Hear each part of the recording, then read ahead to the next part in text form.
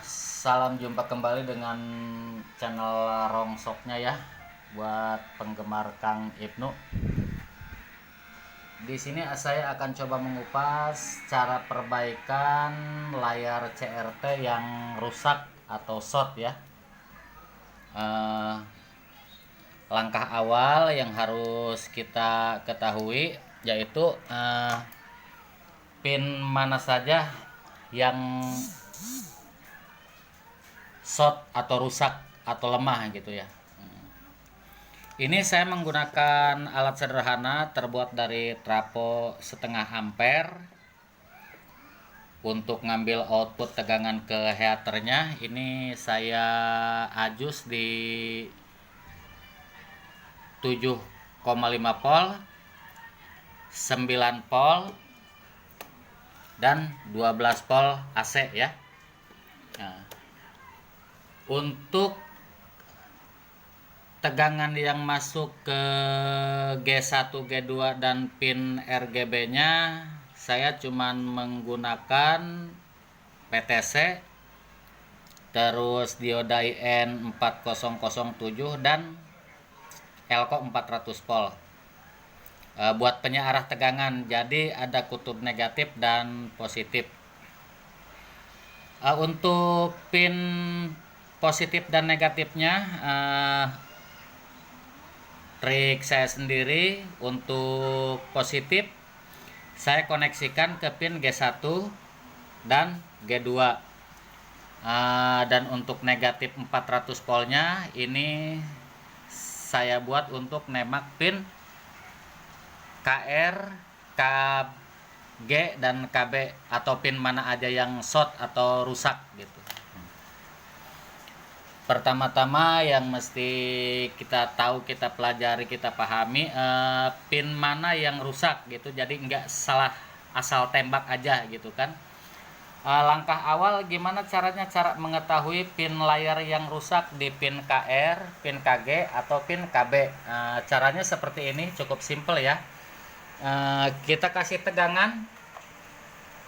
Ini alat tembak saya udah saya nyalakan. Saya kasih tegangan ke heater di 6 volt ya. Ini ampermeter di skala kali 1, probe hitam kita tempelkan di G1 dan kita ukur tiap pin ya. Nah, ini ada gerak sedikit ya di pin KR. Nah, ini di pin KB ada gerak sedikit juga. Nah, ini di pin KG nya juga ada gerak sedikit juga. Karena ini saya menggunakan bahan atau media untuk tutorial ini, kebetulan saya menggunakan layar yang benar-benar rusak dan udah tidak terpakai lagi ya. Jadi kalau misalkan nanti setelah penembakan jarum ampermeter menunjukkan kurang akurat, karena idealnya kalau misalkan pin katoda RGB masih support atau masih bagus, masih layak pakai, jarum harus menunjukkan di angka 0 ya, skalanya di skala kali 1. Oke, lanjut ke penembakan awal ya. Kita nyalakan alat tembak. Pertama kita ajus di 7,5 volt langsung saya ya. Kalau orang mungkin ada yang 5, ada yang 6 volt, itu ya suka-suka aja ya. Pertama yang mau saya tembak pin KG. Nah, kita lihat ya. Kalau misalkan ditunggu 1, 2, 3, 4, 5 sampai 10 detik lampu masih nggak mau nyala, ini lampu yang saya gunakan menggunakan lampu Philips 5 watt ya. Coba kita naikkan ke 9 volt. Nah, kita naikkan ke 9 volt, lampu udah mau nyala, berarti alat tembak CRT udah mulai kerja ya. Kita tunggu sampai nyalanya benar-benar stabil gitu.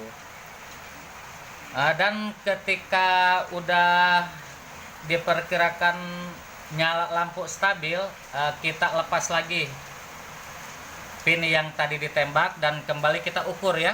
Kita ukur di skala kali 1, probe hitam di G1 dan probe merah ke pin. Nah, naik sedikit ya. lihat di apometer naik sedikit resistensinya ya. Ini idealnya kalau tabung masih bagus, harusnya ini jarum mentok ya, nggak cuma naik sedikit. Coba kita tembak pin yang lain ya. Ini pin KR, coba saya tembak langsung di tegangan 9 volt. Kita tunggu sejenak, nanti kita lihat hasilnya di apometer saya, apakah emang bisa kebuka lagi, bisa naik lagi gitu persentase dari pin katodanya. Oke, cukup sebentar aja ya. Coba kita ukur lagi, lihat ke apometer. Nah, apometer udah naik ya, apometer udah naik, berarti katakanlah pin yang short atau kerak-kerak yang bikin short di antara katoda dan G1 itu udah mulai rontok ya. Cuman emang ini saya menggunakan tabung layar yang emang udah benar-benar rusak, udah tidak terpakai lagi ya tabung layarnya. Jadi untuk pengukuran pengukuran dari pin G1 ke RGB-nya tidak maksimal seperti ini nih. Harusnya kalau misalkan layar masih bagus, sama aja dengan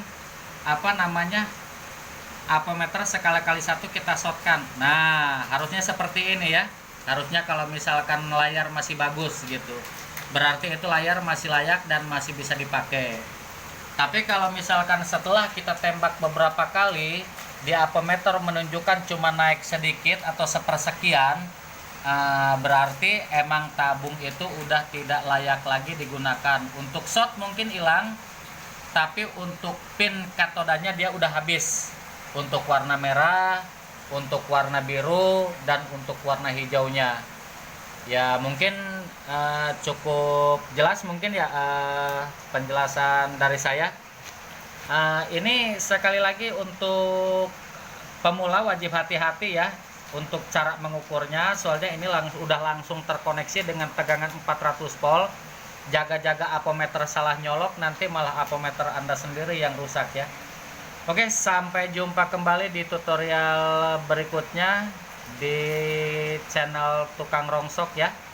Semoga bermanfaat. Jangan lupa di subscribe dan diaktifkan tombol loncengnya. Terima kasih. Waalaikumsalam warahmatullahi wabarakatuh.